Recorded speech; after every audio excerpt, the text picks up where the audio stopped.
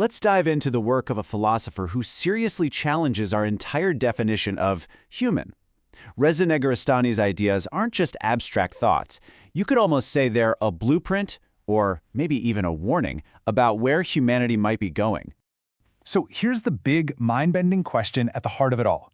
What if the only way to fully realize the project of being human is to become something that isn't human anymore? I know, it sounds like a total contradiction, but just stick with me here. And yeah, that exact contradiction, that's our starting point. Negarestani has a name for this idea: inhumanism. And I promise you, it's probably not what you're thinking. Okay, so first things first, let's get one thing straight about the word inhuman here. We're not talking about being monstrous or cruel. Not at all.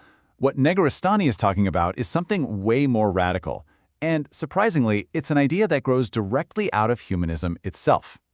See, inhumanism isn't the opposite of humanism. It's what happens when you take humanism really, really seriously.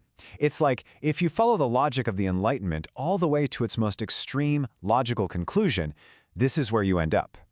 And this is where the big shift in thinking happens. Instead of seeing humanity as this fixed, sacred thing that we have to protect, inhumanism says, no, we should treat it like a project. It's a hypothesis we're constantly testing, building, and, rebuilding. We're not just discovering what it means to be human, we're actively constructing it. To really get this, we have to kind of change how we think about the word commitment. For Negarestani, being a humanist isn't about just holding a certain belief. It's about being part of a process. It's an action, a verb, not just a static noun or a label. A real commitment isn't just something you say once and you're done. It's a constant loop. Okay, think about it like this. Say you commit to being healthy. First, you have to elaborate on what that actually means, your diet, your exercise plan. Then you have to update that plan based on the results. Maybe that diet just makes you exhausted. So finally, you have to intervene. You change the plan. It's a continuous process of learning and rebuilding. And that is the absolute key right there. If we are truly committed to the project of humanity, then we must also be committed to constantly revising what that even means. We can't just carve some definition in stone and call it a day. That isn't a commitment, that's just dogma. All right, so if we're in this constant state of revision, what's the engine that's actually driving all this change? Well, to understand that, we need to get really clear on a huge distinction Negarestani makes, the difference between sentience and sapience.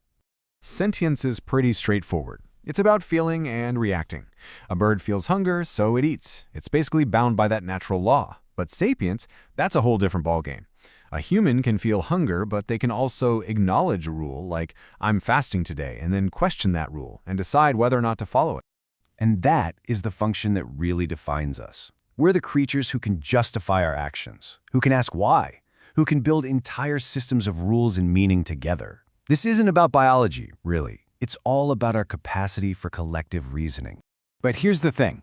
This capacity for reason, this sapience, it isn't some gentle, comforting force. No, it's a relentless, powerful engine of change that is constantly forcing us to update our own image of ourselves. Negarestani actually borrows this incredible image from the philosopher Foucault. Any stable picture we try to draw of ourselves, this is what it means to be human, is just temporary. The waves of reason of our own questioning will inevitably wash it away, forcing us to draw a new one. So this creates this really weird relationship with time. Inhumanism isn't just about moving forward into the future.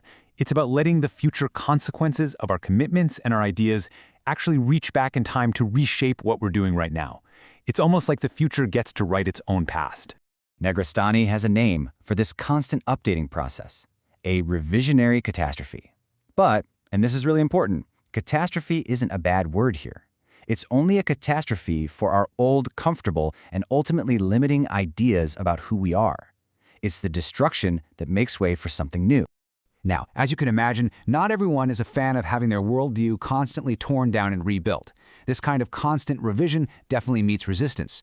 Negarestani points his finger at a specific kind of thinking he calls kitsch Marxism, which is basically a reliance on these prepackaged, knee-jerk critiques that sound smart but actually stop any real constructive work from happening. For example, someone might try to start a project by building a universal we. The reflexive response, the prepackaged critique, is to immediately shoot it down. Who is this we? You're just excluding people. Now, that can be a valid question. But when it's just a reflex, it stops the hard work of actually trying to build a we before it even gets off the ground. Or here's another one. Someone proposes a new, shared goal for society, a new norm we should all aim for. The immediate prepackaged response? Authoritarianism. It's a reflex that lets people avoid the really difficult but necessary labor of figuring out what our collective goals should actually be. It prefers the ease of negativity over the hard work of construction. So, after all that, where does this leave us? Well, it leads to a radical redefinition of one of our most cherished ideas, freedom. Because in this view, freedom isn't a gift, it's a project, it's hard work, it's labor. See, freedom isn't a single moment in time, like being liberated. It is the continuous, never-ending process of identifying and overcoming all of our constraints, the ones outside of us and the ones inside our own heads. It's the constant labor of unlearning everything that enslaves us. What this means is that to be truly free, we have to become engineers of our own reality. We can't just passively accept the world as it is. We have to treat our social, political, and even our own thought systems as things that we have built, and therefore as things we can and must re-engineer. And this all comes together in what's called the loop of freedom. It works like this. To really truly know a system, you have to first try and build it. The act of building will always show you its flaws, which then demands that you revise it. And that revision gives you new knowledge, which allows you to build it again but better. It's this amazing, virtuous cycle. And all of this leaves us with one final and pretty challenging question. Negarestani's philosophy isn't just something to read about, it's a call to action. He's essentially handed us the blueprints. So if being human is an ongoing labor of construction, the only real question left is, what are we going to build next?